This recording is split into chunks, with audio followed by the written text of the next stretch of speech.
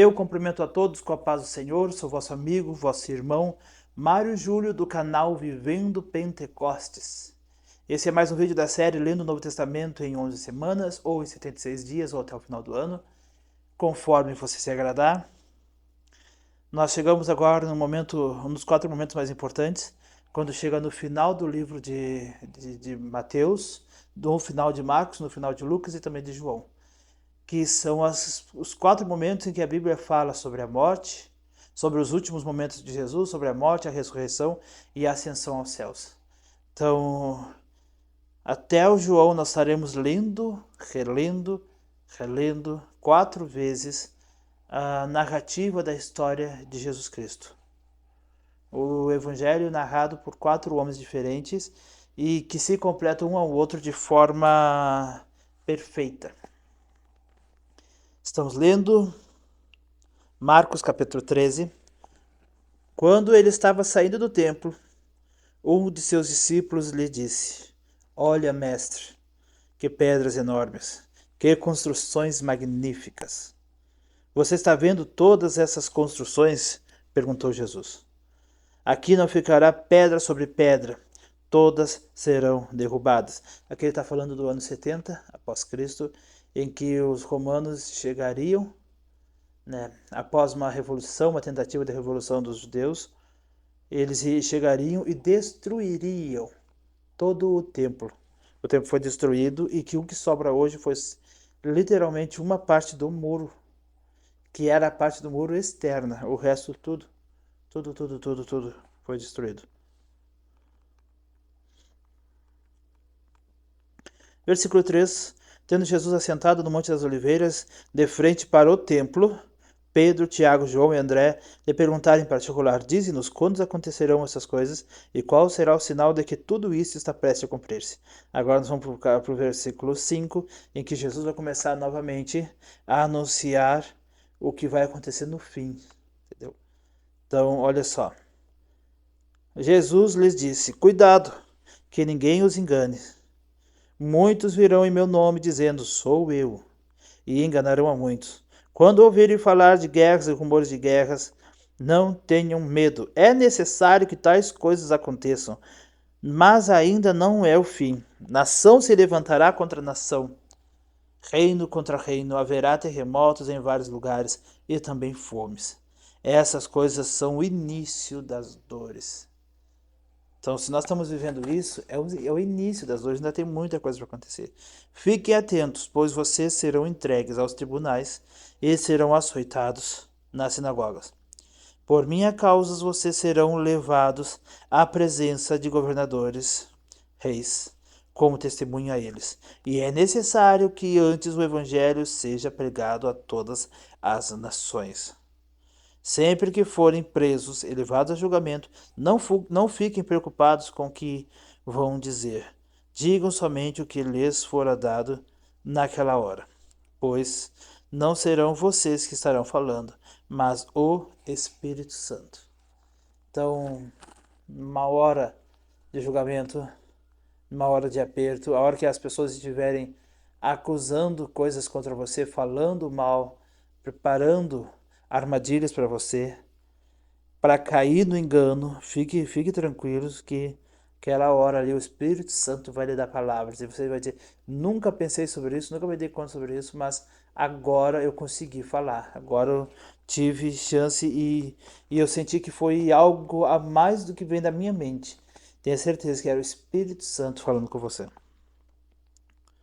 O irmão trairá seu próprio irmão, entregando à morte, e o mesmo fará o pai ao seu filho. Filhos se rebelarão contra seus pais e os matarão. Todos odiarão vocês por minha causa, mas aquele que perseverar até o fim será salvo. A maldade da humanidade vai chegar a um ponto, a um nível insuportável em que essas maldades vão acontecer. E muitas vezes na minha vida me vem essa memória, esse versículo, essa mensagem, que até quando em Apocalipse, cada carta diz assim, ó, aquele que perseverar até o fim. Nós estamos aqui, aquele que perseverar até o fim será salvo. Não é muito difícil se tornar cristão. Aceitar Jesus é excelente, é muito bom aceitar Jesus. Aceitar Jesus, frequentar uma igreja, não é difícil. Tem muitas pessoas que já fizeram isso. Receber o batismo das águas, receber o batismo do Espírito Santo, ser consagrado, é só você andar direitinho ali, trabalhar direitinho na obra, fazer o que você faria se você tivesse alguma função, mas sem ter função, sabe? Fazer o que você quer fazer, mas sem ter a função, em seguidinha vão lhe enxergar e vão lhe levantar para fazer a obra. Mas isso não é muito difícil. Sabe qual é a parte mais difícil? É o perseverar até o final. Porque uma hora ou outra o diabo vai ver. O inimigo das nossas almas vai ver que você está cansado. Vai ver que você está fadigado. Vai ver que você tem um peso espiritual. E ele vai sentir. E aí o que ele vai fazer? Ele vai cair em cima para fazer você se afastar de Deus. Aquele momento a luta dele vai ser para isso. Porque a maior luta não vai ser se tornar um pregador, se tornar um cantor, se tornar um obreiro, um evangelista, se tornar um diácono, um mestre, se transformar num pastor, um presbítero, receber cargos, funções, receber a função de missionário, de líder dos jovens, líder das crianças, líder da cantina de missões, qualquer coisa na igreja, qualquer coisa. Líder dos homens, das mulheres. O que é mais importante, tudo no ministério cristão, se você está assistindo nesses 7 primeiros minutos de vídeo, se você guardar isso, você está bem encaminhado. O mais difícil é perseverar até o fim. Mas tem tal coisa que está me atrapalhando, deixa de lado, coloca de lado e segue reto. O mais difícil, a maior luta do inimigo das nossas almas para a nossa vida, a maior luta de Satanás contra nossas vidas ele não quer que você persevere até o final. O dia que você conseguir perseverar até o final, você vai ver a mudança em sua vida. Quando vocês virem o sacrilégio terrível, em Daniel, que tem outro nome, abominável da desolação, uma coisa assim. Aqui está como na NVI, sacrilégio terrível. No lugar onde não deve estar, quem lhe entenda. Então os que estiverem na Judéia, fujam para os montes. Quem estiver no telhado de sua casa, não desça, nem entre em casa. Opa! Me perdoe. Me perdoe. Quem estiver no telhado da casa, não desça. Aqui nessa parte aqui, quer dizer o quê? Mas aquele que perseverar até o fim. Mateus, agora Marcos fala da mesma coisa. Aqui nesse momento aqui, encerra a missão da igreja na terra. Aquele que perseverar até o fim será salvo. Então aqui, mesma coisa que Mateus, fala sobre o arrebatamento da igreja, nesse momento aqui. Porque agora, a partir do versículo 14, Deus está julgando, Deus está tratando com Israel. Quando vocês virem o sacrilégio terrível, isso aqui Deus está tratando com Israel, no lugar onde não deve estar, quem lhe entenda. Então os que estiverem na Judéia, desça. Não, estiverem na Judéia, fujam para os montes. Na Judéia. Não em outros lugares do mundo, na Judéia, está falando da Judéia. Quem estiver na Judéia, fujam para os montes. Quem estiver no telhado da sua casa, não desça, nem entre em casa para tirar alguma coisa. Quem estiver no campo, não volte para pegar seu manto. Como serão terríveis aqueles dias para as grávidas e as que estiverem amamentando. Orem para que essas coisas não aconteçam no inverno, porque serão dias de tribulação, como nunca houve desde que Deus criou o mundo. Eita misericórdia, desde que Deus criou o mundo até agora. E olha que o mundo já viveu dias maus. Nem jamais haverá. Se o Senhor não tivesse abreviado tais dias. Tem gente que Deus vai abreviar nesses dias, Deus vai abreviar. Quer dizer que os dias vão passar mais rápido? Não. Quer dizer que provavelmente esses dias iam durar muito mais que 7 dias, 7 anos. Deus abreviou o tempo desses dias. Abreviou esses dias, não cada dia. Na minha opinião, no meu entendimento, sempre falo, que Deus abreviou 7 anos. Seria mais, podia ser 15, ser 20, ser 30, ser algum tempo, mais que os 7 anos. Pode ser daqui a 70 anos o tempo de Satanás aqui na Terra. Mas será 7 dias.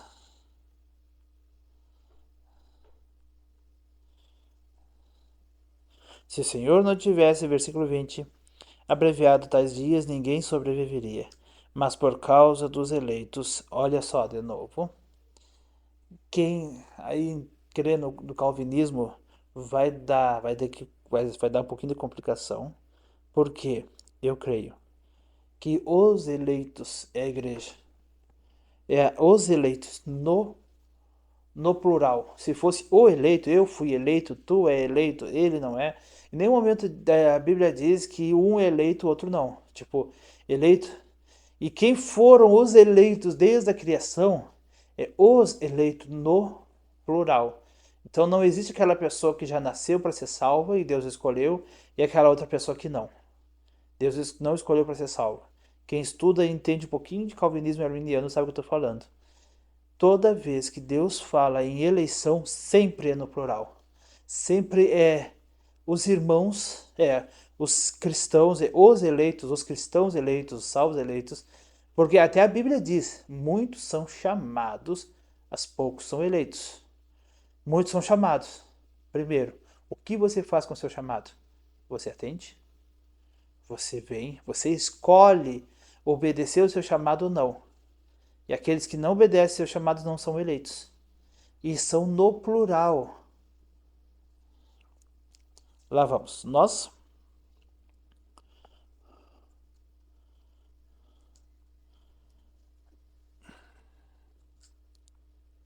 Mas por causa dos eleitos, por ele escolhidos, ele escolhidos, mas sempre eleitos, ele os abreviou.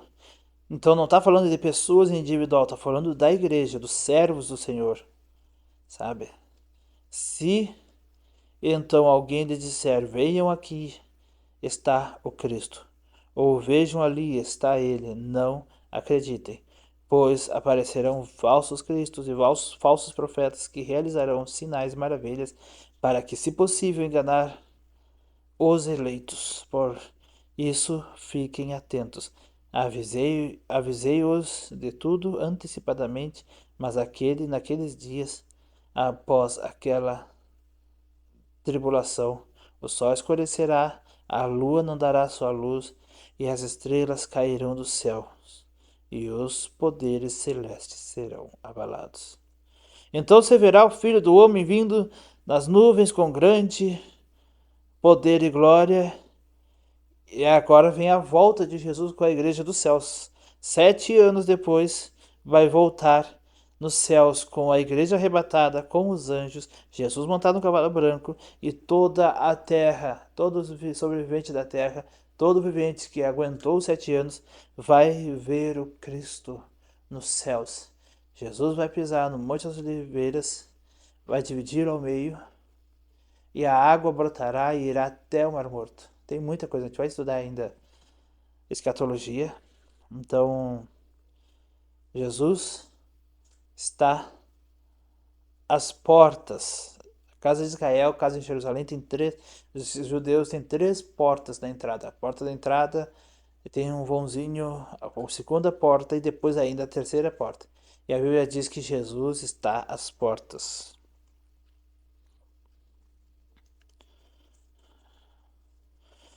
Então se verá o Filho do Homem vindo nas nuvens com grande poder e glória. E ele enviará os seus anjos e reunirá os seus eleitos dos quatro cantos, dos confins da terra até os confins do céu. Aprendam a lição da figueira. Quando os seus ramos se renovam e suas folhas começam a brotar, você sabe que é verão, que o verão está próximo. Assim também, quando virem essas coisas acontecendo, saibam que ele está próximo às portas. Desculpa, eu tô um pouquinho de sono, mas eu tô fazendo esforço para ler aqui. O sono mesmo. Cansaço do dia a dia. Não vou dizer o motivo. Não interessa para vocês, interessa a nossa leitura. Mas eu sempre vou pedir desculpa. Enviará seus anjos, reunirá os seus eleitos dos quatro ventos, os confins da terra até os confins do céu. Aprenda a lição da figueira quando os ramos se renovam e as folhas começam a brotar, você sabe que o verão está próximo. Sim, também, quando vir essas coisas acontecendo, saibam que ele está próximo. As portas aqui são as portas. Jesus está às portas do céu. E assim como as portas que são na casa dos judeus, dos israelitas. Eu lhes asseguro que não passará essa geração até que todas essas coisas aconteçam. O céu e a terra passarão, mas as minhas palavras jamais passarão. O dia e a hora são desconhecidos. Quanto ao dia e a hora, ninguém sabe. Nem os anjos do céu, nem o Filho, senão somente o Pai. Fiquem atentos, vigiem, vocês não sabem quando será esse tempo.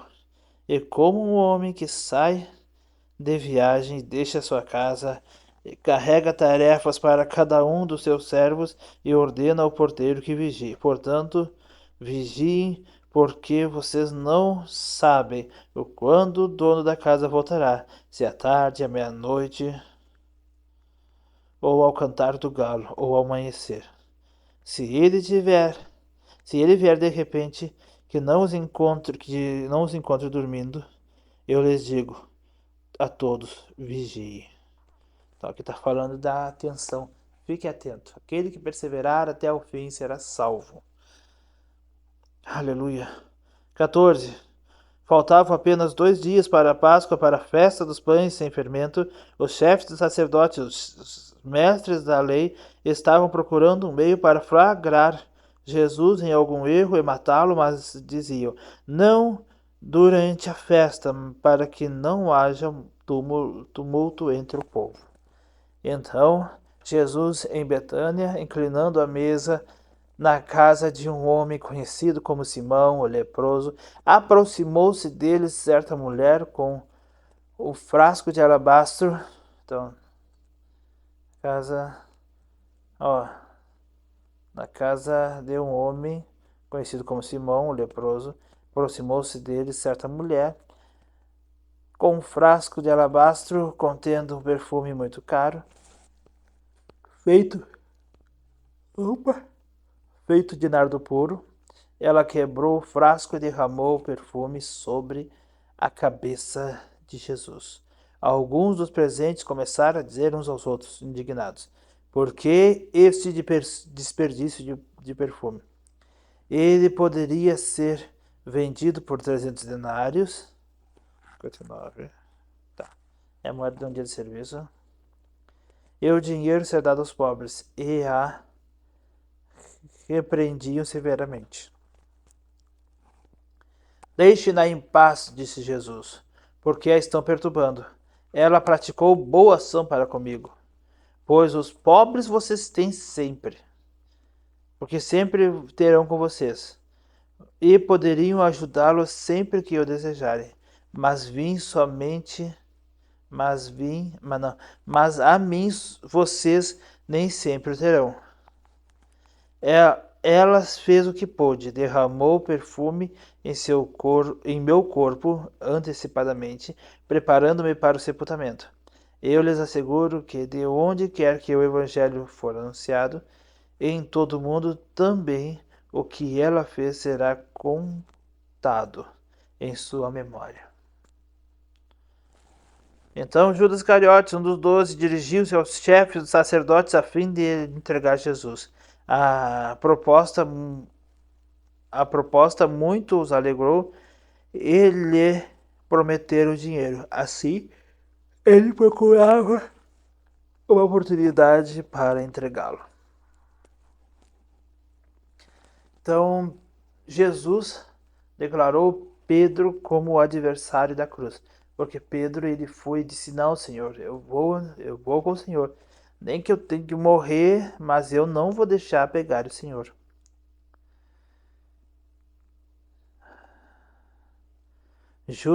Pedro se tornou o adversário da crucificação de Jesus. Jesus disse: "Saia de perto de mim, Satanás." Satanás, aquela palavra ali significa adversário. E aí,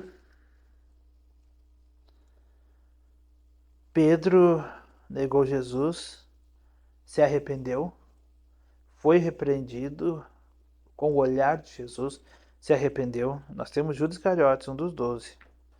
Foi, entregou Jesus e não se arrependeu. A diferença do remorso. Você tem que conhecer, em nome de Jesus, conhecer quais são os sintomas do remorso, para que você não erre, nem para as pessoas que você gosta e tanto ama venham cair no mesmo erro. Você diga: olha, você está passando por um momento de remorso. Você errou, errou. Corrija-se, implore perdão. Muda a situação da sua vida, muda a situação que está acontecendo com você. E ali Judas, ele não se humilhou, não se arrependeu. O remorso faz com que a pessoa saiba que tem alguma coisa errada, mas ela não vai dizer que ela errou. Ela não vai dizer que com ela que as coisas estão erradas, sempre com os outros. E aí Judas foi lá para entregar. Mas a diferença de Pedro é que Pedro foi e se arrependeu. Ele chorou amargamente. A Bíblia diz que ele chorou amargamente. Quando ele teve a oportunidade, o mais rápido possível, dentro da timidez, do nervosismo, da preocupação, ele se redimiu com Cristo. Né?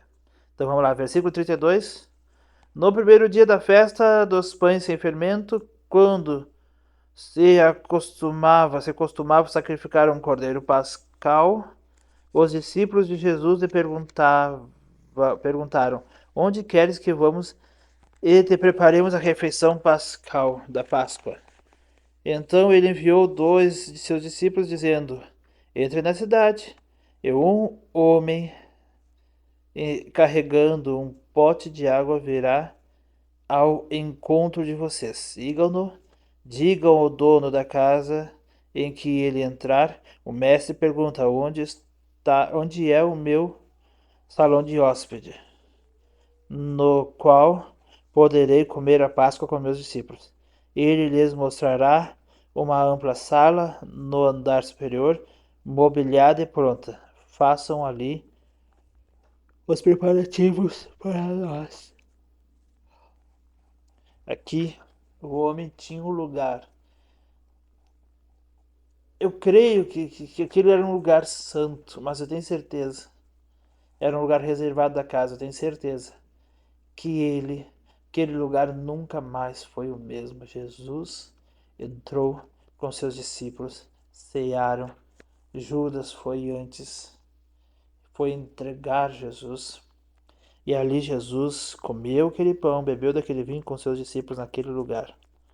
Então imagina aquilo lindo devia ser o lugar. E imagina o dono do lugar, né, cedendo aquele lugar, aquele ambiente, aquele espaço mobiliado, prontinho, arrumadinho para Cristo. Versículo 16. Os discípulos se retiraram, entraram na cidade e encontraram tudo como Jesus lhe tinha dito, e prepararam a Páscoa. Ao anoitecer, Jesus chegou com os 12 e quando estavam comendo e reclinados à mesa, Jesus disse: digo-lhes certamente que um de vocês me trairá alguém que está comendo comigo. Eles ficaram tristes e por um minuto disseram: Com certeza não sou eu, afirmou Jesus. Em sangue de Jesus de poder. Afirmou Jesus. É um dos 12, alguém que come comigo do mesmo prato. O Filho do Homem vai, como está escrito, ao seu respeito, mas ai daquele que trair o Filho do Homem, melhor lhe seria não haver nascido. E enquanto comiam, Jesus tomou o pão e deu graças, partiu e o deu aos seus discípulos, dizendo: Tomem, isto é o meu corpo. Quero falar alguma coisa diferente do que eu falei da outra vez em Marcos. Se eu já falei lá, então vou repetir. Mas o que eu quero dizer é: isto é o meu corpo. Toda vez que você come do pão, bebe do vinho, tem pessoas que não dão bola para isso. Mas você que é cristão, toda vez que você comer desse pão, beber desse cálice, você está renovando a sua aliança com Jesus. Ah, mas é uma aliança eterna, não sei o que. Não. Você está renovando, literalmente renovando. Renovando a sua aliança com Jesus. Até o dia que a igreja há de comer do pão, beber do vinho com Cristo na glória. Então, tenha comunhão com Deus, intimidade com Deus. Chore na presença do Senhor quando você for participar da ceia. Não participe da ceia sem que o Espírito Santo não quebrante seu coração. Fique ali, adorando e insista. Peça que o Espírito Santo venha te encher de sua presença. Em nome de Jesus. Jesus tomou o pão e deu graças, partiu aos seus discípulos, dizendo: Tomem, isto é o meu corpo. Em seguida, tomou o cálice, deu graças, ofereceu aos discípulos e todos beberam. E lhes disse: Isto é o meu sangue da aliança, que é derramado em favor de muitos. Eu lhes afirmo que não beberei outra vez do fruto da videira até aquele dia em que beberei o vinho novo no reino de Deus. Então ele estará lá aguardando a gente e nós vamos viver esse momento com Cristo. Então, cada vez que você cear, você consagra, você prepara e adore ao Senhor, porque um dia Ele vai lhe chamar.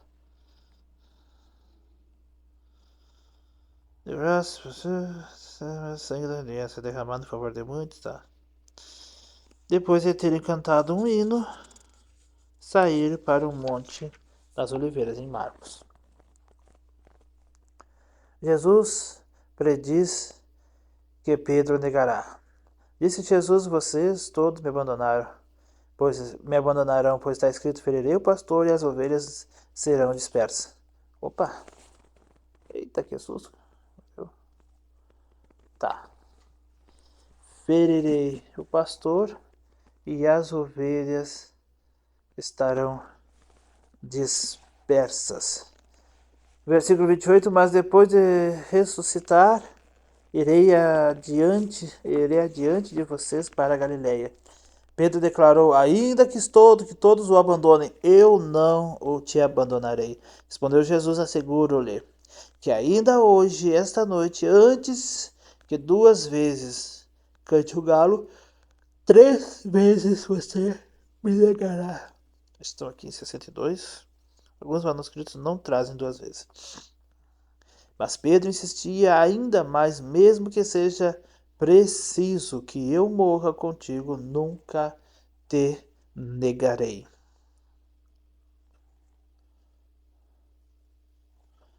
Cadê? Deixa eu só dar uma arrumadinha aqui. Para. Estabilidade 0.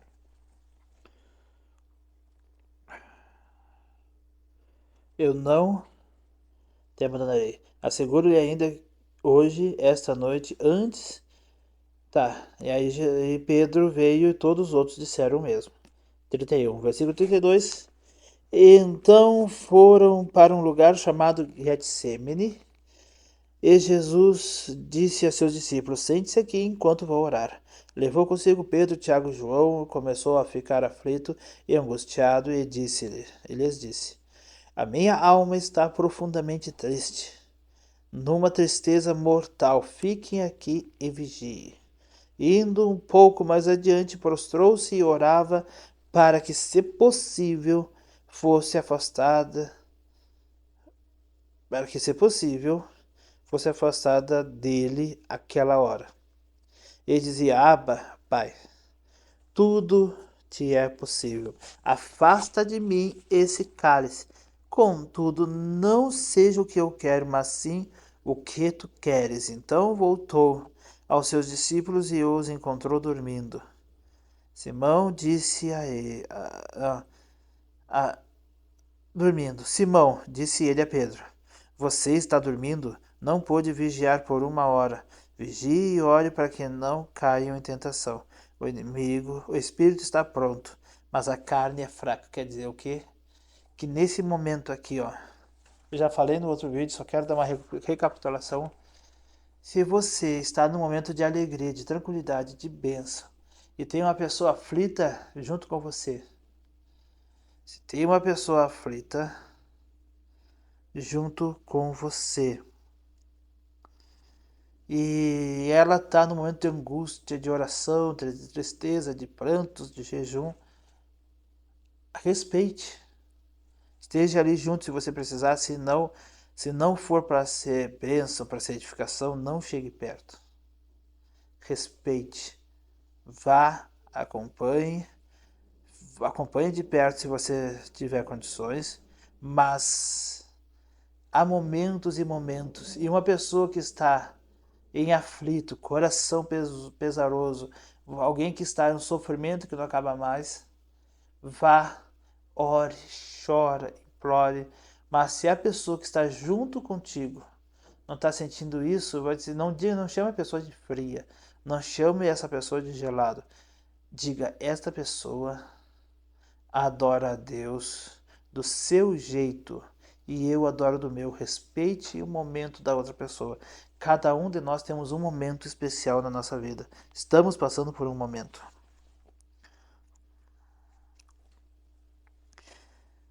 Indo mais adiante, prostrou-se e orava para que, se fosse possível, se possível for, fosse afastada dele aquela hora. E dizia: Papai, não sei o que eu já li. Versículo 37. Então voltou aos seus discípulos e o encontrou dormindo. Simão, disse ele a Pedro: Você está dormindo? Não pôde vigiar nem por 1 hora. Vigie e ore para que não caiam em tentação. O espírito está pronto, mas a carne é fraca. Mais uma vez, ele se afastou e orou, repetindo as mesmas palavras. Quando voltou de novo, os encontrou dormindo, porque seus olhos estavam pesados. Eles não sabiam o que dizer. Cada um tem o seu tempo. Mas eu quero orar, estou clamando e a pessoa não quer orar comigo. Deixe. Cada um tem seu tempo com Deus. Cada um tem sua sensibilidade à voz do Espírito Santo. Voltando pela terceira vez, ele lhes disse: Vocês ainda dormem e descansam? Basta. Chegou a hora. Eis que o Filho do Homem está sendo entregue às mãos dos pecadores. Levante-se e vamos. Aí vem aquele que me trai.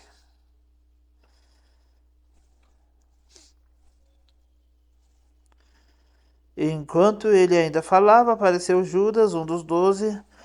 Com ele estava uma multidão armada de espadas e varas, enviada pelos chefes dos sacerdotes, mestres da lei e líderes religiosos. O traidor havia combinado um sinal com eles. Aquele a quem eu saudar com um beijo é ele. Prenda-no e leve-no em segurança. Dirigindo-se imediatamente a Jesus, Judas disse: Mestre, e o beijou.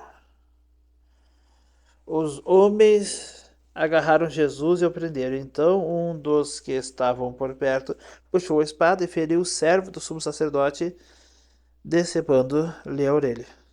Jesus disse: Estou chefiando uma rebelião para que vocês venham e me prendam com espadas e varas? Todos os dias eu estive com vocês, ensinando no templo, e vocês não me prenderam, mas as escrituras precisam ser cumpridas. Então todos o abandonaram e fugiram. Como eu tinha dito antes numa leitura no dia anterior, eu acho, que eles estavam lá loucos para prender Jesus, perguntaram com que autoridade ele falava aquilo ali. Então se ele dissesse que era Deus naquele momento ali, que era de Deus naquele momento ali, provavelmente eles iam prender. E Jesus perguntou: tá, e o batismo de João Batista, de João, que tipo de batismo era, de Deus ou não? Então eles não souberam responder e ele também não respondeu. Um homem vestindo apenas um lençol de linho estava seguindo Jesus. Quando tentaram prendê-lo, ele fugiu, deixando o lençol para trás. Aqui eu ouvi dizer que era o próprio Marcos. Marcos se referiu a isso aqui, que seria nessa história, que seria o próprio Marcos, que ele estaria lá. E aí, não sei qual, eu já ouvi, mas não prestei atenção qual é a história da roupa do lençol, que eles tinham o costume de andar com lençol por algumas circunstâncias. Naquele momento caiu e ele ficou apavorado ali com aquele homem, né, que estava sendo preso, e aí deixou o lençol para trás. Então, precisa de um estudo mais profundo. Versículo 53, levaram Jesus ao sumo sacerdote, e então se reuniram todos os chefes sacerdotes, os líderes religiosos, os mestres da lei. Pedro o seguiu de longe até o pátio do sumo sacerdote. Sentando-se ali com os guardas, esquentava-se junto ao fogo. Os chefes dos sacerdotes e todo o sinédrio estavam procurando depoimentos contra Jesus para que pudessem condená-lo à morte, mas não encontravam nenhum. Muitos testemunharam falsamente contra ele, mas as declarações deles não eram coerentes. Então se levantaram alguns e declararam falsamente contra ele: Nós ouvimos dizer: destruirei esse templo feito por mãos humanas, e em 3 dias construirei outro. Então, feito por mãos de homens, e não feito por mãos de homem. Mas nem mesmo assim o depoimento deles era coerente.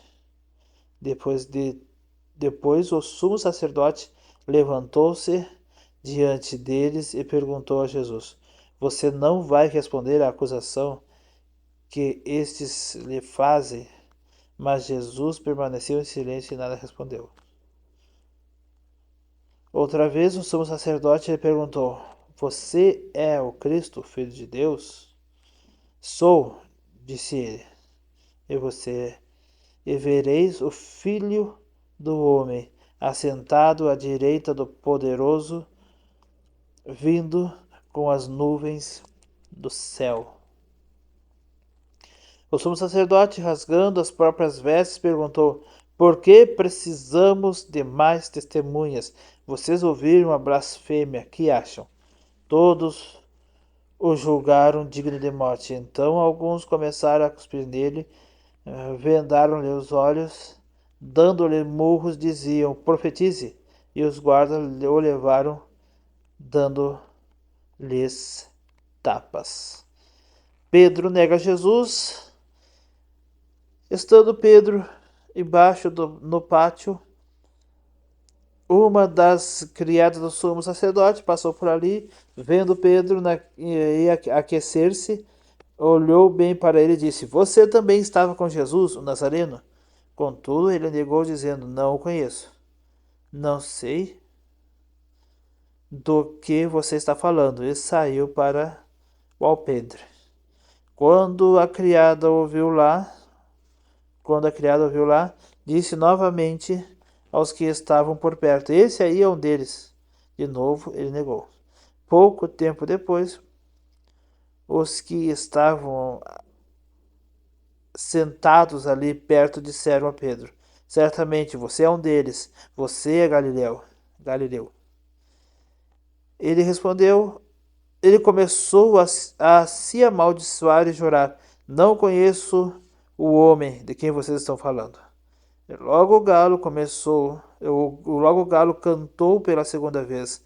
Então Pedro se lembrou da palavra que Jesus lhe tinha dito: Antes que 2 vezes cante o galo, você me ligará 3 vezes.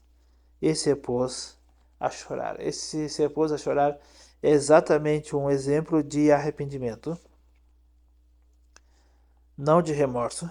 De manhã, bem cedo, os chefes dos sacerdotes, com os líderes religiosos, os mestres da lei e todo o sinédrio chegaram a uma decisão. Amarraram Jesus, levaram-no e entregaram a Pilatos. Você é o rei é o rei dos judeus? Perguntou Pilatos. Só um segundinho.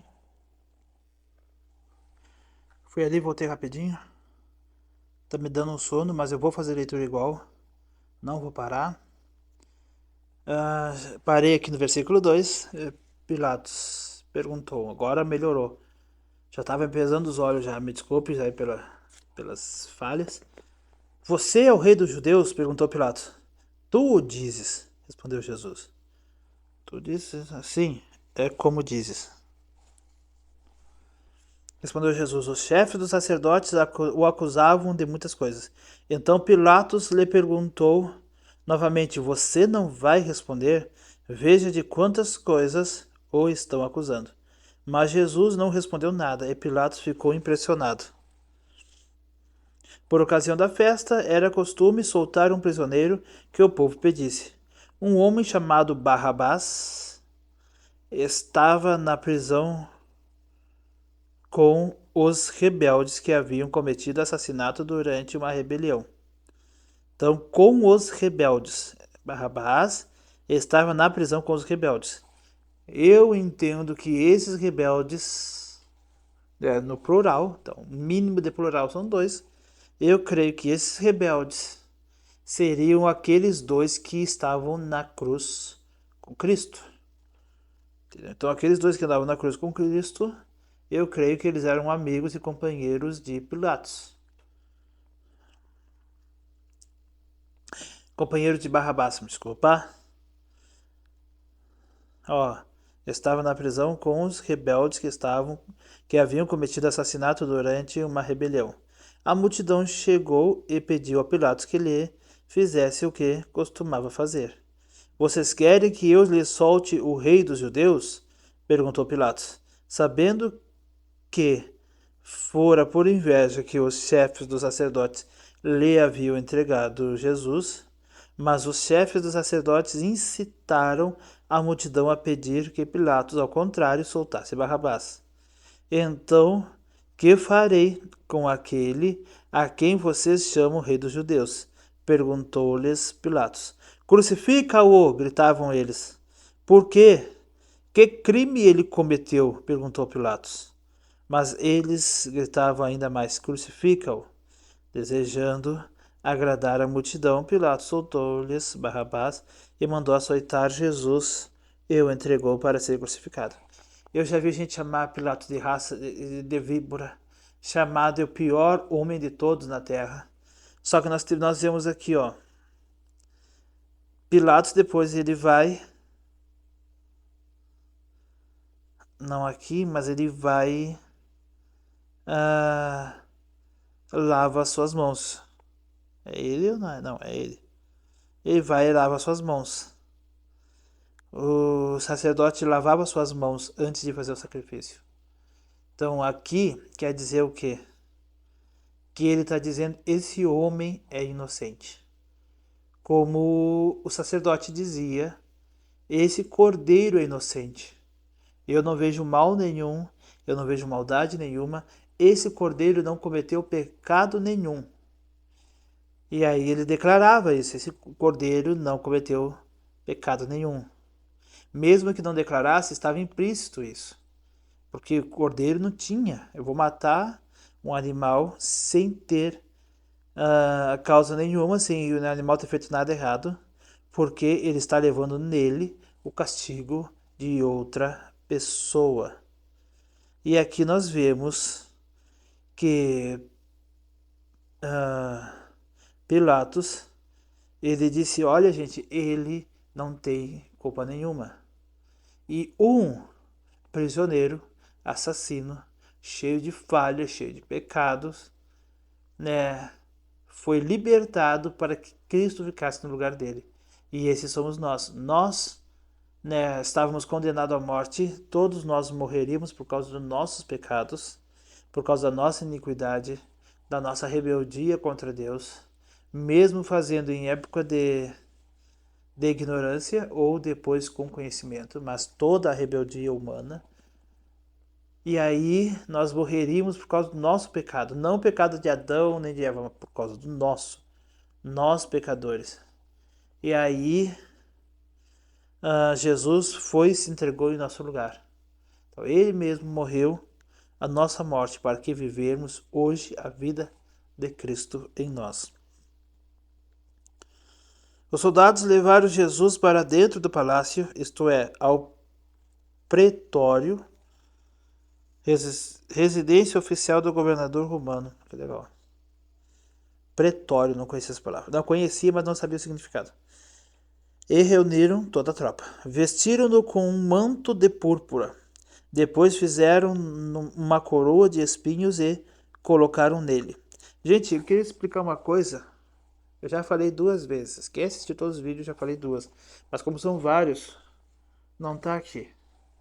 Eu, desde a minha adolescência, eu lia na Revista Atualizada, Almeida. Depois, na Revista Corrigida, que são mais ou menos as assembleias usam. Eu uso também a Corrigida Fiel, que é da Trinitariana. Mas a NVI, na verdade, eu já li essa leitura, essa Bíblia toda que eu já li ela. Essa Bíblia que eu tô com ela na mão aqui. Essa Bíblia aqui, já fiz. Tá toda rascunhadinha com lápis, eu ter marcado algumas coisas. Mas a leitura da NVI não é a minha leitura preferida e não é a minha corriqueira. Então, tem palavras aqui, tem versículos que eu quero falar o que está escrito na Almeida, que é o que eu me lembro, só que eu me tranco com a leitura da NVI. Então, às vezes eu me atrapalho também por causa disso.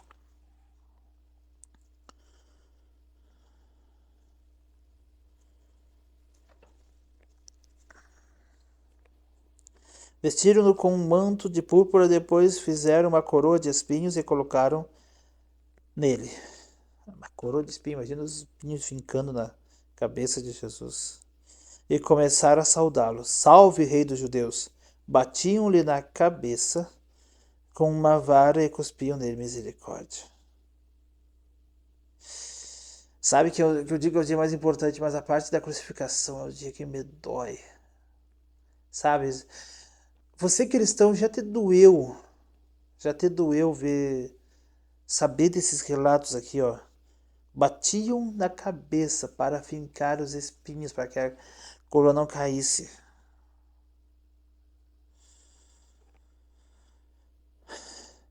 Versículo 19. Batiam-lhe com a cabeça com a vara e cuspiam nele. Ajoelhavam-se e lhe prestavam adoração. Depois de terem zombado dele, tiraram-lhe o manto de púrpura e vestiram-lhe suas próprias roupas. Então o levaram para fora a fim de crucificá-lo. Certo homem de Cirene, chamado Sião, pai de Alexandre Rufo, passava por ali, chegando no campo. Eles o forçaram a carregar a cruz. Levaram Jesus ao lugar chamado Gólgota, que quer dizer lugar da caveira. Então lhe deram vinho misturado com mirra, mas ele não bebeu. Aleluia, aqui ó, ele não bebeu. Na ceia ele começou seu voto de Nazireu. Quem não assistiu Mateus, ele começou seu voto de Nazireu para substituir o sacerdócio, eternamente sacerdócio levita, arônico. Ele não o bebeu, é o Marcos que diz. E crucificaram, dividindo as roupas dele. Tiraram sorte para saber com o que cada um iria ficar. Então, dividindo por causa que as vestes eram vestes boas, né, para poder dividir. Não quer dizer que ele era rico, também não quer dizer que não era, e não interessa para nós se Jesus vivia uma vida farta em abastança ou vivia uma vida com pouca parte financeira, mas as roupas que ele usava naquele dia eram roupas especiais, que os homens fizeram sorte, dividiram por sorte em sorteio. A palavra sorteio vem da palavra sorte. Então fizeram um sorteio entre eles, tiraram sortes, fizeram um sorteio para descobrir quem é que ia ficar com a roupa, com as partes, cada parte da roupa, porque se cortasse ao meio perderia o valor porque a roupa era boa. Se a roupa não fosse boa, mas não quer dizer que Jesus era rico também, porque tinha essa roupa boa.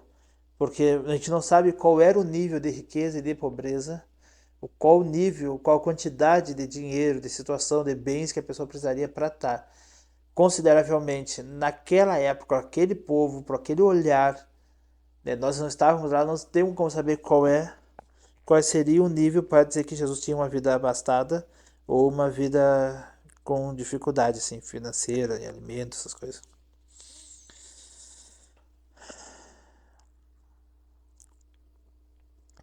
Abachaias, Oricandarabarachaias.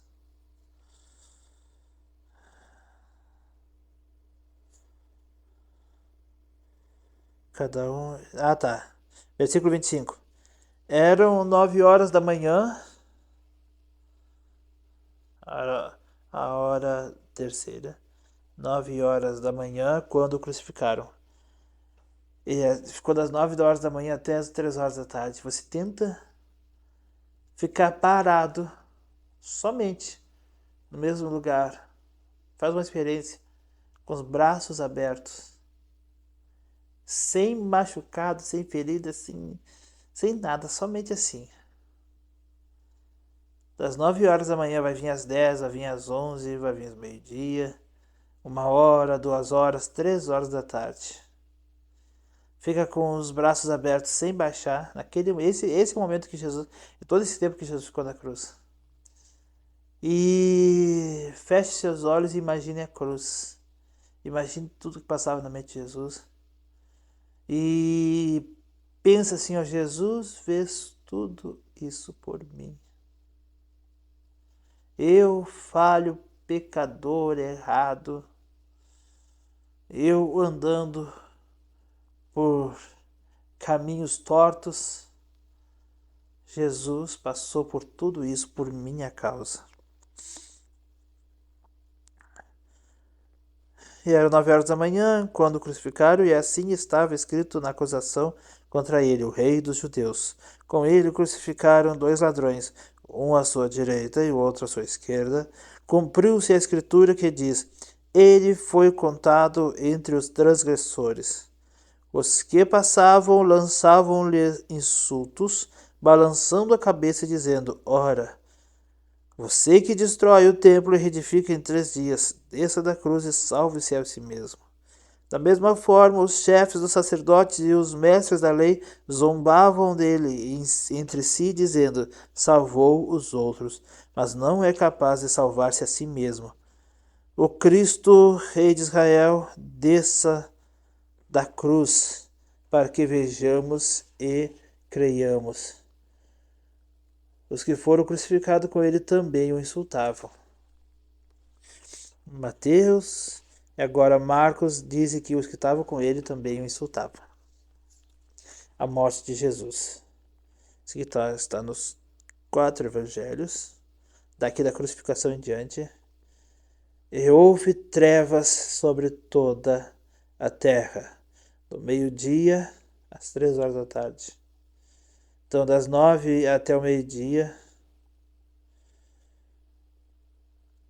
Jesus ficou crucificado. Do meio-dia em diante, houve trevas, do meio-dia às 3.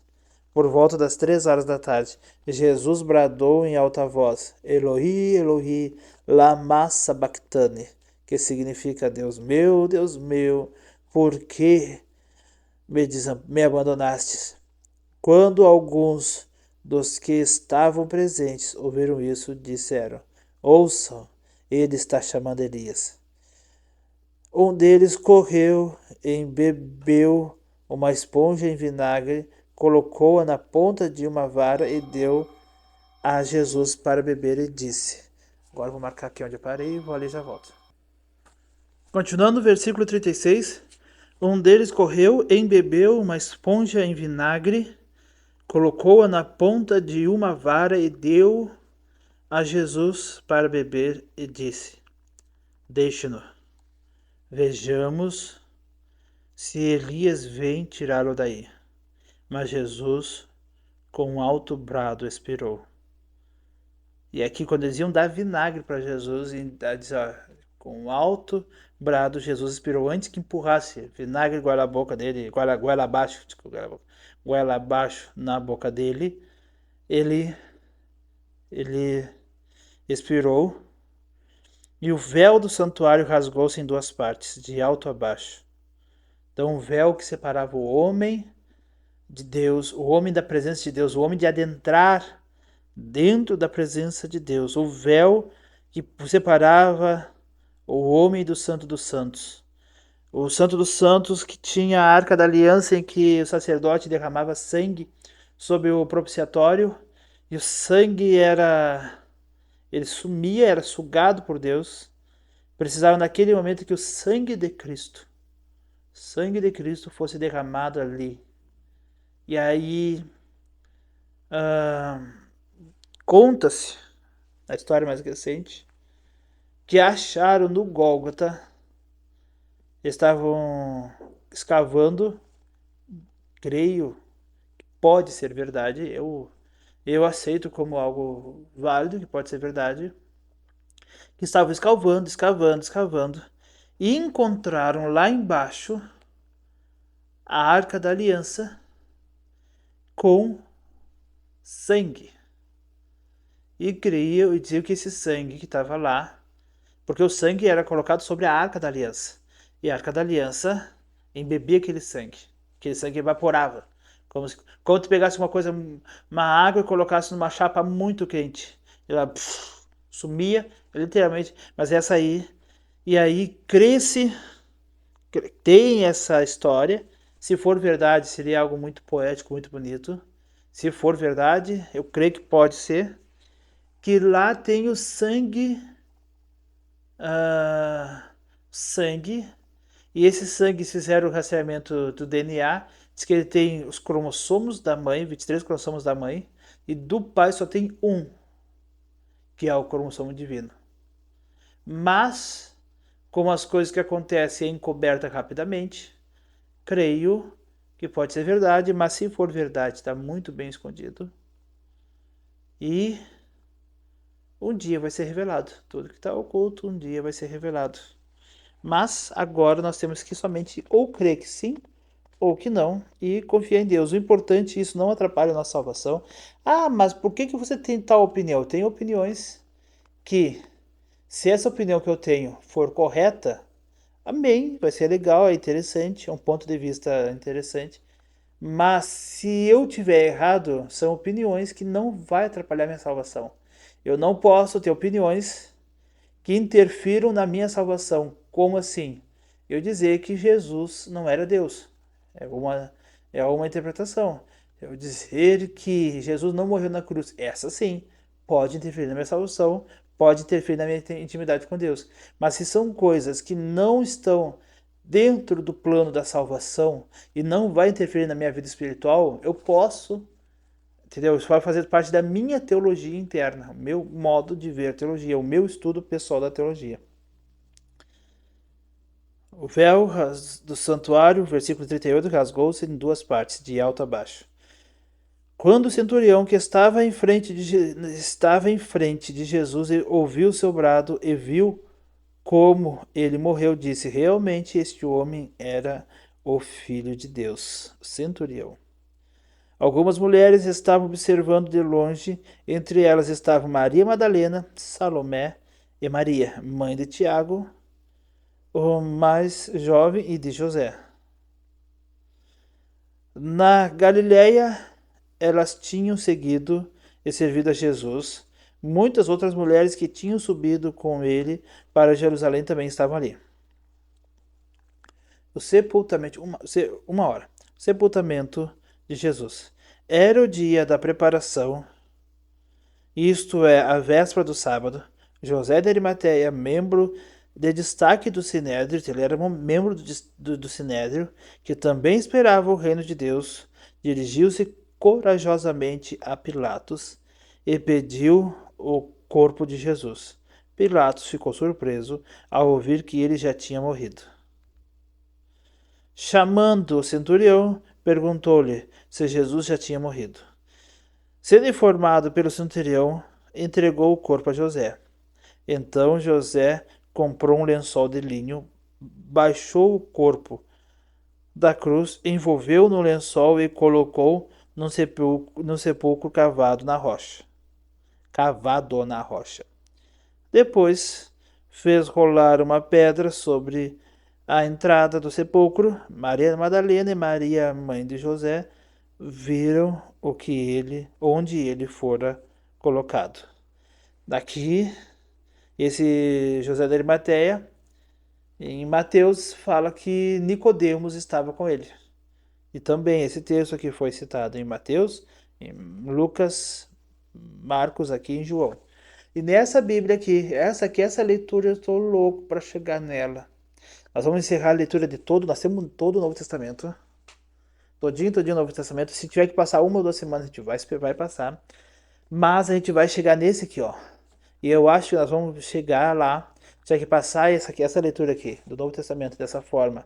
Eu acho que a gente vai indo, completando. E em 1º de janeiro eu quero começar igual com esse aqui, porque esse aqui vai ser 1 hora. Não vai ser, vocês não vão me olhar. Não vão ter que olhar esse bochechão aqui, essa cara de bolachinha recheada. Não vou ter que precisar olhar para mim. Talvez uma saudação de segundinhos no início, porque eu vou editar. A medição vocês viram que é simples. Eu só boto a fotinho ali, tiro o chiado, porque esse microfone dá um pouquinho de chiado. Tiro o ruído, o som assim. Não mexo na imagem, porque às vezes quem entende de imagem consegue melhorar a imagem. Quem não entende começa a botar contraste, mexe no brilho, mexe na nitidez. Daqui a pouco pega um vídeo que não estava ruim e deixa ele bem ruim, achando que está ótimo o vídeo. Então eu vou colocar esse celular aqui em cima, assim. A Bíblia vai estar embaixo e nós vamos fazer a leitura de 1 hora por dia. Todos os dias, 1 hora fica mais fácil, porque aqui já deu o dia, já deu de fazer mais de 2 horas de vídeo. Então esse vai ser 1 hora de vídeo. Quero ver se talvez antes do início do ano já esteja gravando alguns. Então provavelmente até o meio do ano a gente vai fazer a leitura desse Novo Testamento em ordem cronológica. E aí eu quero trazer bastante estudos. Quando tiver 2, 3 assuntos assim, todos os evangelhos, ou 2, 3 ou 4, falaram do mesmo assunto, a gente vai pegar o que um falou, que o outro falou, que o outro falou, e começar a fazer comparações, trazer aplicações. E isso vai dar uma riqueza de conhecimento, vai dar trabalho. Vai. Você só vai ter que assistir. Gente, mas eu vou estar assistindo o cara que para, que pensa, se atrapalha e me atrapalho. Mas esse conhecimento aqui você só tem uma coisa muito difícil para fazer. Pegar o seu celular, pegar a sua televisão, botar no vídeo, sentar e assistir. Olha, isso é difícil. É só sentar e assistir. A gente vai ler a Bíblia junto. Então, mas eu leio, não consigo. Então, lê comigo. Eu estou lendo a Bíblia, estou comentando. Mas eu não gostei do que tu falou. Então, deixa de lado. Sabe? Não dá bola. Não gostou de alguma coisa que eu falei? Ouviu que eu me atrapalhei, falei bobagem? Sabe? Releva, sabe? Adiciona para sua vida o que é bom, o que você concorda e vamos embora. Vamos embora porque aí nós vamos aprendendo com Cristo. Ok? Então, Vamos lá.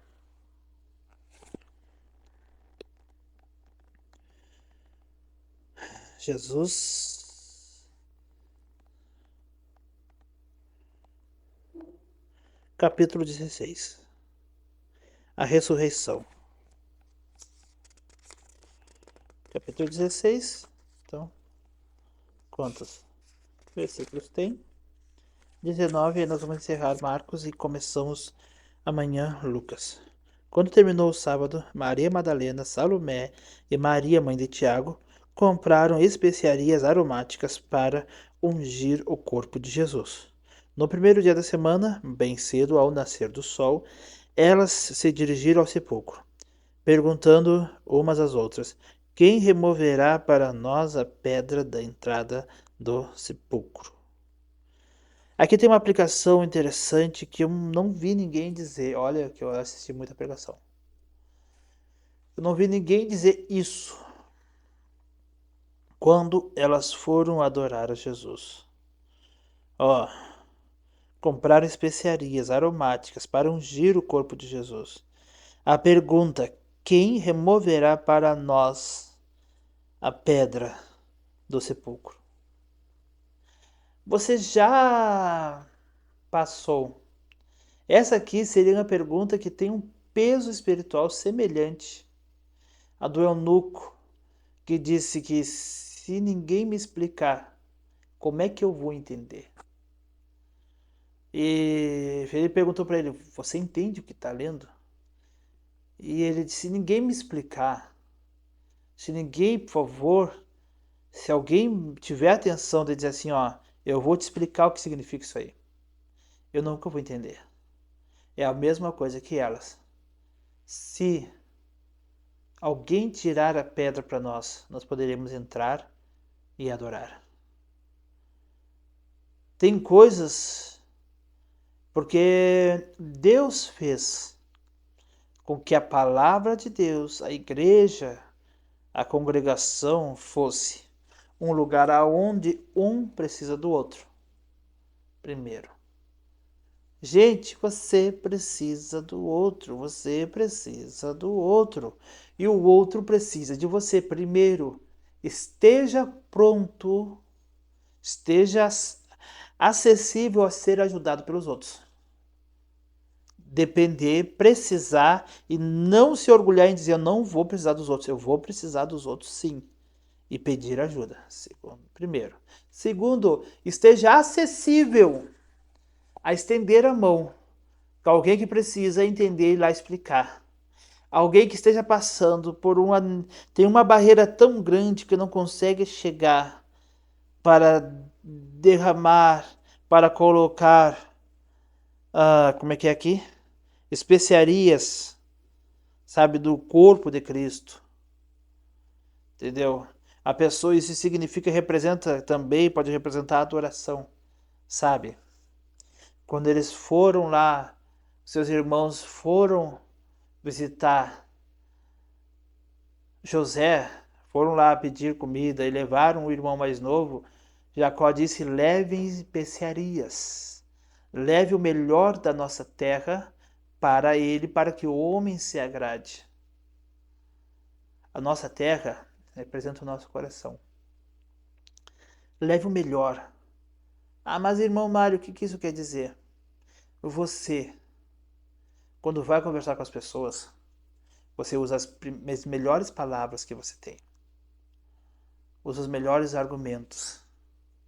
Quando você está num momento alegre, você brinca com as pessoas, você dá risada com as pessoas, você é alegre, você conta piadas de alguma forma que não seja depreciativa, brinca, fala bobagens. Você é uma pessoa alegre, você é uma pessoa espontânea, você é uma pessoa ativa. É perante Deus, perante os homens, você se porta como uma pessoa que tem uma energia enorme, mas perante Deus você se torna uma pessoa morta, fria, sem graça, sem sabor, sem tempero, sem graça, sem, sabe, gelada. A pessoa sem fervor, sem paixão, sabe? Sem garra. Então você tem aquela toda você para as outras pessoas você é cheio de vida. Quais pessoas que são cheias de vida, tem vida, tem expressão, tem alegria. Você tem isso para todo mundo. É no seu serviço, é no seu colégio, até para a igreja, para as pessoas que você conhece. Você gasta toda a sua energia para agradar as pessoas. Só que para Deus, você entrega uma oraçãozinha de almoço, Deus abençoe esse alimento. Quem ora antes de dormir, uma oraçãozinha, Deus, obrigado pelo dia de hoje. A oração de acordar, que tem muita gente que não faz. A Deus abençoa esse dia. E deu.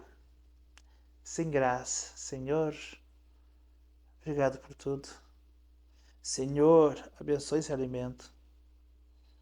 Senhor, abençoa meu dia. Senhor, eu vou fazer uma viagem, abençoa minha viagem. Senhor, estou indo para a igreja falar comigo. Senhor, cheguei na igreja, dobro os joelhos. Eu não sei porque tem gente que dobra o joelho quando chega na igreja. E ora de joelho dobrado na frente dos outros. E não ora em casa, não tem vida, mas... Sabe por que muita gente ora na igreja? Dobra o joelhinho e fala com Deus? Porque se ela não orar, o irmão que está ali do lado vai dizer, que está lá atrás, que está espiando, diz, ó, desviou. Uma identificação que você não está desviado e que você chega na igreja, dobra o joelho e ora. Entendeu? Você chega na igreja, dá glória a Deus. Aleluia. Cumprimenta feliz, você entrega o melhor sorriso. Gente, quem é que você nunca sorriu na presença de Deus? Deus não é um carrasco que você tem que mostrar medo. Sabe, você já viu o olhar de animal com medo que já apanhou? Tem gente que só olha para Deus com esse olhar. Entregar o melhor para Deus não é somente ir na igreja e entregar a melhor oferta. A melhor nota que você... Qual é a maior nota que você tem no bolso? Bote na sua mão e a pessoa bota na mão. Tipo, a pessoa tá com o dinheiro para pagar a luz. A luz é 150. E aí eu vou abençoar o seu dinheiro. Pegue a maior nota que você tem no bolso e levante que eu vou abençoar o seu dinheiro. A pessoa pega, levanta para cima, aquela nota de 100 reais. Eu vou abençoar o meu dinheiro e vou lá pagar o aluguel. Abençoou. Deus, o pastor abençoou agora, vem e larga aqui no altar essa nota. Não é isso. Entregar o seu melhor. Essa armadilha, entendeu? Eu já vi essa armadilha acontecer. E eu já fiquei imaginando a pessoa que levantou o dinheiro pensando, vou abençoar o meu dinheiro, Deus vai abençoar meu dinheiro, mas depois e agora? Se eu levo aquele dinheiro vai me faltar tal coisa. A pessoa não levantou com o objetivo de dar a oferta, não. Não, veio e dê tal tanto de oferta. Não, pegue a sua nota maior que eu vou abençoar. Mas não é isso que Deus está dizendo. Você já deu o seu melhor para Deus. Você já deu o seu melhor sorriso para Deus. Uma vez eu estava sozinho. Como nós somos pentecostais, quem não é pentecostal não vai entender, vai ficar. Mas um dia, era um domingo. Eu estava em casa sozinho. Minha esposa tinha saído, eu fui visitar a mãe dela, a minha filha tinha saído visitar a avó dela, e eu fiquei. Botei louvor, eu cantei e adorei. E eu ia ter oportunidade, provavelmente eu ia ter oportunidade, então todo domingo eu preparava uma mensagem para a oportunidade de domingo. Eu dobrei o joelho. Deus me deu aquela palavra, amém, ótimo. Só que aí aquele louvor gostoso assim. Eu comecei a cantar ao Senhor, comecei a adorar e me quebrantava e adorava a Deus. Daqui a pouco, senti o Espírito Santo me convidando para dançar.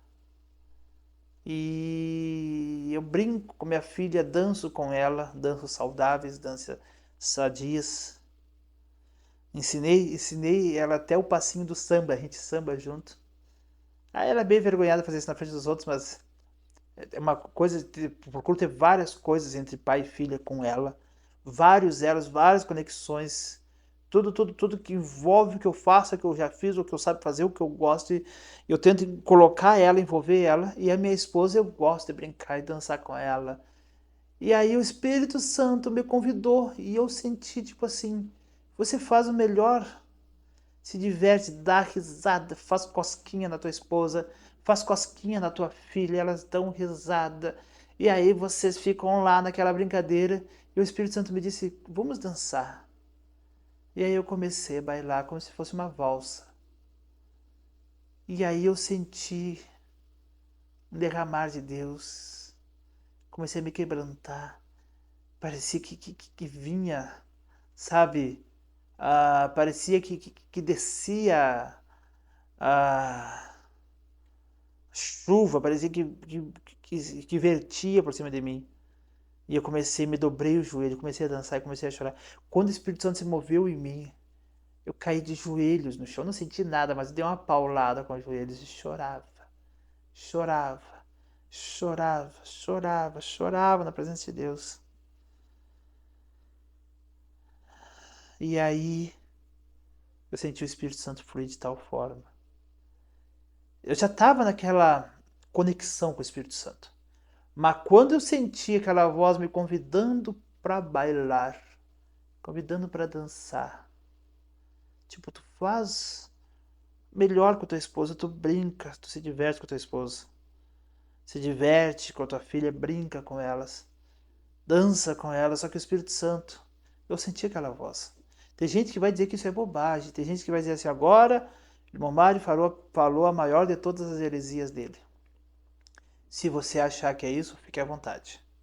Só que o que eu senti de Deus aquele dia, a presença que fluiu de mim aquele dia dentro de mim, como Jesus disse que dele saiu virtude. Naquele momento eu senti que entrou, despejou virtude, como se fosse um vaso que tivesse com bem pouquinho de azeite e fosse despejado de azeite. Sabe quando tu tá com uma caneca, uma jarra, e você coloca água muito rápido da torneira, abre a torneira e joga ali, e ela faz uf, aquela água bate no fundo e levanta e salta, assim eu senti como se fosse aquele azeite despejado com força. E eu fui no culto, recebi a oportunidade, entreguei essa palavra, foi uma bênção. Só que não que algo que foi de tarde tão profundo que eu não consegui expressar em palavras aquela experiência com Deus. E aqui elas estavam dizendo, por que eu disse tudo isso? Que aqui elas pediram, quem poderá remover a pedra que nos separa entre nós e Cristo? Claro, quando elas chegaram lá, a pedra já havia sido retirada, mas aqui elas estão dizendo, quem poderá? Nesse momento eu estando aqui, quero fazer vídeos curtos, sabe esse monte de reflexões que eu fiz nos versículos? Eu vou fazer, eu já tenho um nome, só que eu não vou colocar ainda enquanto quero lançar com um logotipo. Pequenas reflexões. Eu vou tirar desses textos de Mateus, que eu já fiz, de Marcos, e eu quero fazer vários vídeos de 1 a 5 minutos.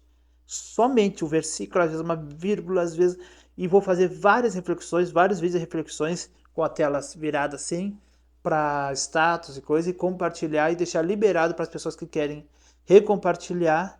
Eu vou deixar liberado para as pessoas baixarem e recompartilhar, assim, sobre a reflexão, sobre aquilo. E aí, eu, nessa adoração, nesses vídeos curtos, quero trazer várias reflexões, né, para abençoar a vida das pessoas. E tudo isso aí, tudo isso, eu estou tentando ajudar pessoas a tirarem a pedra que está impedindo. Quem poderá? Muitas coisas que tem aqui, eu estou dizendo para isso, para retirar a pedra que afasta entre você e o Senhor.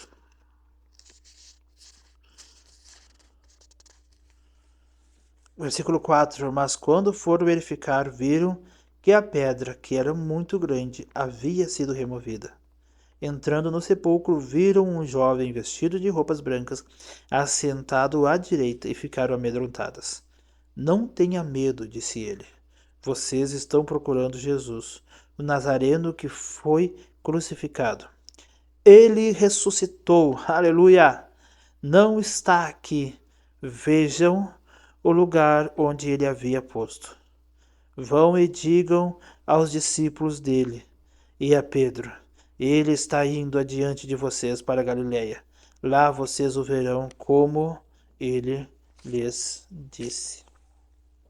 Tremendo e assustadas, as mulheres saíram e fugiram do sepulcro, e não disseram nada a ninguém, porque estavam amedrontadas. Quando Jesus ressuscitou, na madrugada, no primeiro dia da semana, apareceu primeiramente a Maria Madalena, de quem havia expulsado 7 demônios. Ela foi e contou aos que com ele tinham estado. Eles estavam lamentando e chorando. Quando ouviram que Jesus estava vivo e fora visto por ela, não creram. Depois Jesus apareceu noutra forma a 2 deles, estando eles a caminho do campo. Eles voltaram, relataram isso aos outros, mas esses também não creram. Eita, que povo bem difícil de crer, hein? Imagina, ele disse que ia voltar. Elas disseram, outros disseram e eles também não creram. Mais tarde, Jesus apareceu aos 11, enquanto eles comiam.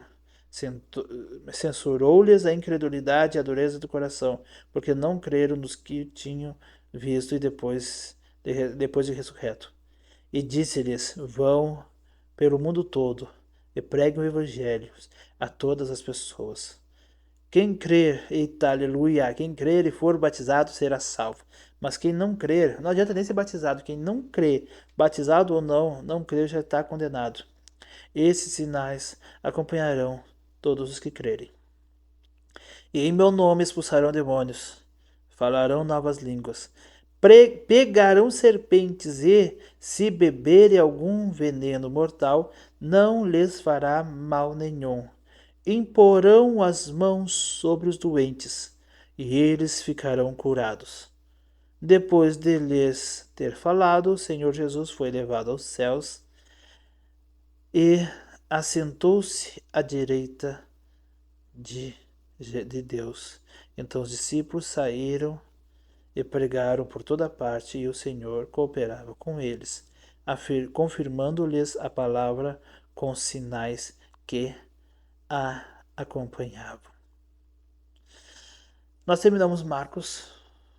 Desculpem no início lá, estava meio cansado, um pouquinho, mas abri o rosto, consegui fazer. Nós estamos aqui num momento especial na leitura da palavra de Deus. Nós vemos a crucificação, o ressuscitar de Jesus, o subir aos céus. Ele disse que estará conosco até o último dia. Onde tiverem 2 ou 3 reunidos, ali ele estará. Nós estamos aqui estudando a palavra de Deus. É um degrau por degrau. Hoje você está aqui comigo estudando, e daqui a um pouco a gente vai estar vendo cronologicamente. Quero trazer outros vídeos. Estou preparando o curso, estou preparando estudos bíblicos. Quero fazer vídeos curtos. Tudo com o objetivo de aprendermos a palavra de Deus. Por vários tempos eu disse, não, eu quero fazer o melhor. Quero ter a melhor câmera, quero ter o melhor microfone, a melhor luz, o melhor estúdio. Queria ter uma peça fechada, isolada, com o melhor estúdio. Mas Jesus sempre me dizia, faz com o que tu tem. Hoje ainda vinha essa imagem, hoje os pregadores precisam pregar numa igreja fechada, não ao público. Pregar numa igreja fechada, não no público. Hoje tem que ter um microfone, uma boa caixa, um bom microfone sem fio.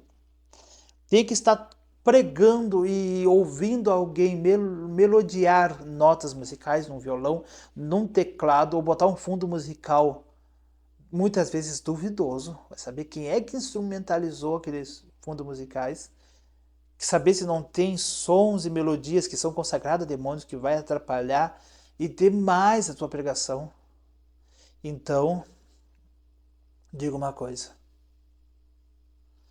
se consagre ao Senhor, entregue sua vida ao Senhor, sirva de todo o seu coração, faça o melhor. Você prega, pregue da melhor forma. Você canta, canta da melhor forma. Adora, adore da melhor forma. Não permita que o inimigo se mete na sua adoração. Não permita que a inveja entre na sua adoração. Não permita que as armadilhas de Satanás se envolvam na sua adoração. Seja sincero, seja verdadeiro, seja íntegro.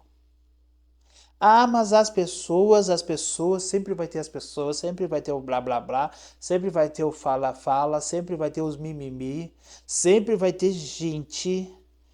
Mas o importante é, se você estiver fazendo o seu melhor e se você perseverar até o final, será salvo. Gente, não adianta conquistar multidões, não adianta você encher uma rede social com seguidores e com os melhores vídeos, se no final das contas você não for salvo. Não adianta você ter status de melhor, de pregador, do que for, de cantor, de obreiro, se a intimidade com Deus você já perdeu há muito tempo. É tempo de resgatar, é tempo de voltar para a intimidade com Deus. Intimidade com Deus você não ganha com 2 oraçõezinhas de 3 minutos por dia. Intimidade você não ganha com 5 minutos de leitura da Bíblia somente para achar uma palavra para você pregar. Intimidade você ganha com uma íntima verdade. Uma verdade tão íntima entre você e tal pessoa. Isso aí precisa de horas e horas, precisa tu acordar junto, precisa tu comer junto, precisa tu respirar junto. Respirar junto o mesmo ar que sai do pulmão da pessoa, respirar junto 24 horas de tempo. Quanto mais tempo você passar com essa pessoa, mais intimidade você tem. E eu te digo que se você quer ter intimidade com o Espírito Santo, mas como eu gostaria de ter a mesma intimidade que muitas pessoas têm. Gaste horas, horas e horas com Deus. Se afaste um pouquinho, por pouco. A mesma coisa que a Bíblia diz, que por jejum o homem se afaste um pouquinho, mas não por muito tempo, mas se afaste um pouquinho da sua esposa para ter intimidade com Deus, para depois voltar. Nesse momento, sim, volta a ter intimidade com sua esposa. Quer dizer o quê? Gaste algumas horas somente você e Deus, fugindo de todo mundo, se aproxima com Deus, se aprofunde em Deus e depois volte, gaste tempo com as pessoas. Mas você não gasta tempo com Deus, você está colocando algo muito precioso no lixo, que é a presença de Deus em sua vida. O poder de Deus na sua vida serve para as outras pessoas serem abençoadas, mas a presença de Deus, ela vai fluir dentro de você. Os outros podem ser abençoados pela presença de Deus na sua vida, mas ela vai ser o diferencial entre a intimidade entre você e o Senhor nosso Deus. No início ali eu estava falando uma coisa e depois dei uma perdidinha, mas eu acho que o Espírito Santo conduziu e eu acho que o pessoal conseguiu entender. Então, não vou encerrar, não vou estender muito, 1h28, vou fazer uma oraçãozinha. Santo Deus Pai Celestial, toda a honra, toda a glória, todo louvor a Ti, ó Deus. Obrigado por tudo, Deus. Essa leitura foi incrível, ó Deus, essa leitura foi apaixonante. Agora amanhã nós vamos ler Lucas. Nós vamos ver a história novamente do nascimento de Jesus, a história de João Batista. Nós vamos começar tudo de novo. Depois nós vamos começar tudo de novo, ó Deus, isso é bom. É o Novo Testamento. É a história de Jesus se repetindo e isso vai criando raiz dentro do nosso ser. Nós vamos estudar depois os Atos, as cartas de Paulo, as cartas gerais. E encerrar, final do ano a gente vai estar lendo Apocalipse. Obrigado, Jesus, por tudo. Deus, eu peço, Deus, enche o coração dos meus irmãos, das minhas irmãs, na tua presença, enche do Espírito Santo. Derrama sobre eles poder, unção, autoridade, vigor, fulgor do Espírito Santo sobre eles. Quem está ouvindo até agora, assistindo até agora, abençoa eles de forma tremenda. Abençoe eles de forma incrível. E eles venham sentir na sua vida o fluir da tua palavra, da tua presença, em nome de Jesus. Amém? 1h30. Deus abençoe.